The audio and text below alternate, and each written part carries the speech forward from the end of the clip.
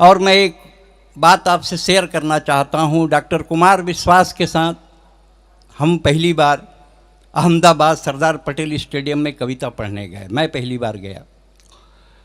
सौभाग्य से उस दिन डॉक्टर कुमार विश्वास का जन्मदिन था और अमित शाह जी उस समय अहमदाबाद के महापौर थे और मोदी जी उस समय गुजरात के मुख्यमंत्री थे। जैसे आप लोग बैठ के सुन रहे हैं ना, विधायक सांसद, वैसे वो लोग भी सुने, पर वो लोग सीरियसली सुने। देखो आज कहाँ पहुँच गए। आप भी सीरियसली सुनो, क्योंकि हम लोग तो ऐसा है कि अगर ठीक नहीं सुनेंगे तो हम टिकट ही नहीं मिलने देंगे दोबारा।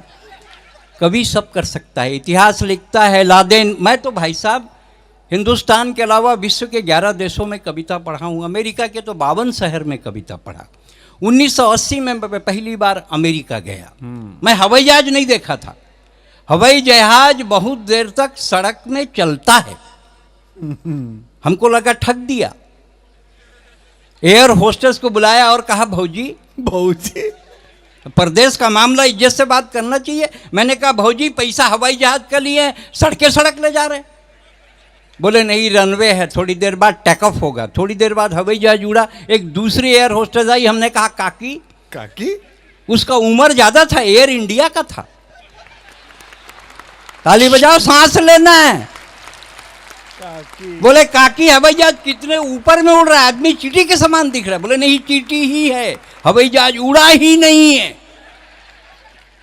हम कभी डोमेस्टिक में नहीं बैठे। कुमार विश्वास तो हवाई जहाज वाले कवि, अपन तो बसेड़ू। तो हमने कुमार को फोन किया, भाई ये डोमेस्टिक में बैठने का सिस्टम क्या है? बोले कुछ नहीं, टिकट कटाओ, घंटी बजाओ, खाओ, सब टिकट में जुड़ा है। ऐसा बोलकर इंडिया में इंडिगो में बैठा दिया।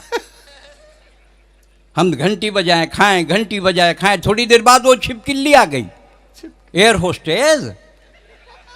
बोली 1200। हम बोले काहे का?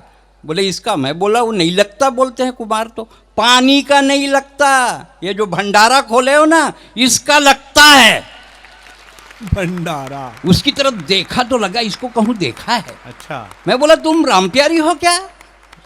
बोले अरे आप तो पहचान लिए, मैं तो आपकी घर बर्तन मानती थी। तो यहाँ का काम है? बोले बट डिजिग्नेशन बदल गया है, काम तो वही है। मैं बोला रामप्यारी, तुम्हारे साथ हमारे गांव का ट्रैक्टर चलाने वाला ड्राइवर भी भागा था ना, समारू, वही तो जहाज को चला रहा है। बड़ी दिक्कत है भाई साहब। लादेन मरा, हम बहुत, ये हमारी सुंदरता की बहुत बात करते हैं। हाँ। लादेन मरा, हम बहुत टेंशन में आ गए। लादेन मरा कैसे? हमने डॉक्टर कुमार विश्वास को फोन किया, लादेन मरा कैसे? बोले बराक ओबामा के पास सैटेलाइट है।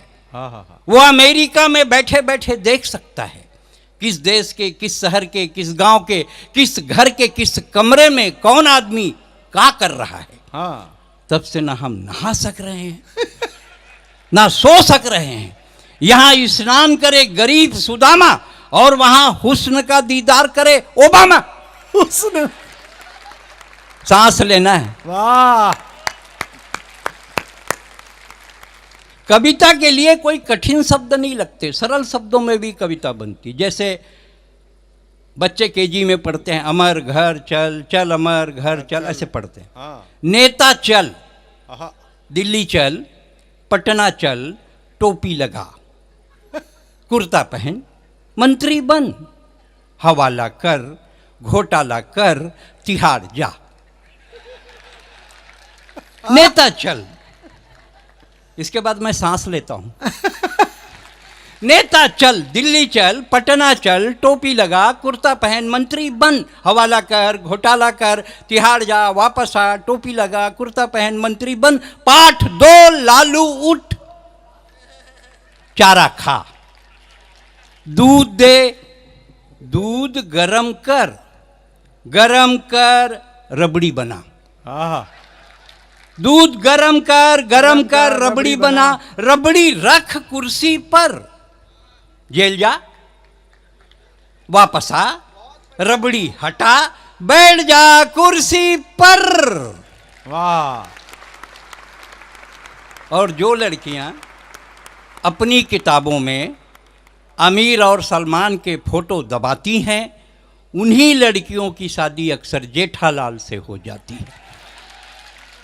संकट है, क्या करोगे।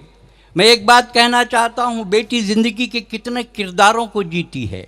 वो बहन होती है, पत्नी होती है, प्रेमिका होती है, माँ होती है, सास होती है, लेकिन होती है बेटी। मेरी बेटी छत्तीसगढ़ शासन में जिला अधिकारी है। मैं 4 पंक्तियाँ उस तक पहुँचाता हूँ कि फली फूली टहनियाँ जड़ों के तरफ मुड़ी रहती हैं, अरे बेटियाँ कहीं भी रहें माँ बाप से जुड़ी रहती हैं। बच्चों के साथ माँ बाप, बेटों के साथ माँ बाप रहते हैं, उन्हें आभास होता है। और बेटी 7 समुंदर पार अमेरिका में हो और माँ मोरोबी में खांस दे तो बेटी को एहसास होता है। ये बेटी है।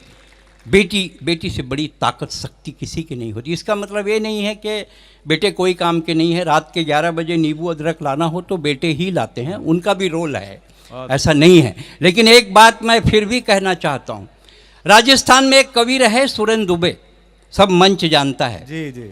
वो साहब 1 जनवरी को उनका निधन हो गया। विकिपीडिया जैसे एथेंटिक सोशल मीडिया ने मेरी फोटो लगाकर छत्तीसगढ़ में समाचार जारी कर दी कि सुरेंद्र दुबे का निधन, बेमेतरा में अंतिम संस्कार। मैं सुबह सो के उठा तो मेरे दरवाजे में लोग टॉवेल गमछा लेके रो रहे थे। बोले क्या? बोले दुबे जी निपट गए भैया। चुप, ये हास्य का कोकड़ा है, ठहाका का परिंदा है, टेंशन में मत रहना बाबू, टाइगर अभी, टाइगर अभी, टाइगर अभी। एक ने मेरी पत्नी को फोन किया, सुने दुबे जी निपट गए। मेरी पत्नी बोली हमारे ऐसे भाग्य कहाँ है बाबू, रात को आए हैं, पनीर खाए हैं, पिज्जा उनका पसंदीदा है, टेंशन में मैं हूं कि ये टाइगर अभी, टाइगर अभी। एक खड़ा था, तू कैसे खड़ा है रे? लकड़ी टाल वाला हूँ, 2 क्विंटल लकड़ी शमशान में फेंक के आया हूँ तुम्हारे जलने के लिए। अब तुम नहीं जलोगे, तुम्हारे बदले में कौन जलेगा? क्योंकि शमशान की लकड़ी वापस तो आ नहीं सकती, जलना तो आपको पड़ेगा। मैंने कहा चुप, ये हास्य का कोकड़ा है, ठहाका का परिंदा है, टेंशन में मत रहना बाबू, टाइगर अभी जिंदा। और बैरागी जी ने लिखा है कि मैं कभी मरूंगा नहीं, क्योंकि कभी कोई ऐसा काम करूंगा नहीं। ये बहनें बैठी हैं, 4 पंक्तियां आज की रात मोरोबी में इनको देता हूं कि ये भाई, ये राखी का रक्षा सूत्र है, भाई दूज का टीका है, तीजा की कहानी है। अरे वो भाई क्या मरेगा जिसकी इतनी सारी बहनें हैं। चिल्लाते रहा तू उतना, मैं दोहराते रहूंगा कि मैं हंसी का खजाना हूँ, हास्य का कोकड़ा हूँ, ठहाका का परिंदा हूँ, टेंशन में मत रहना, टाइगर अभी।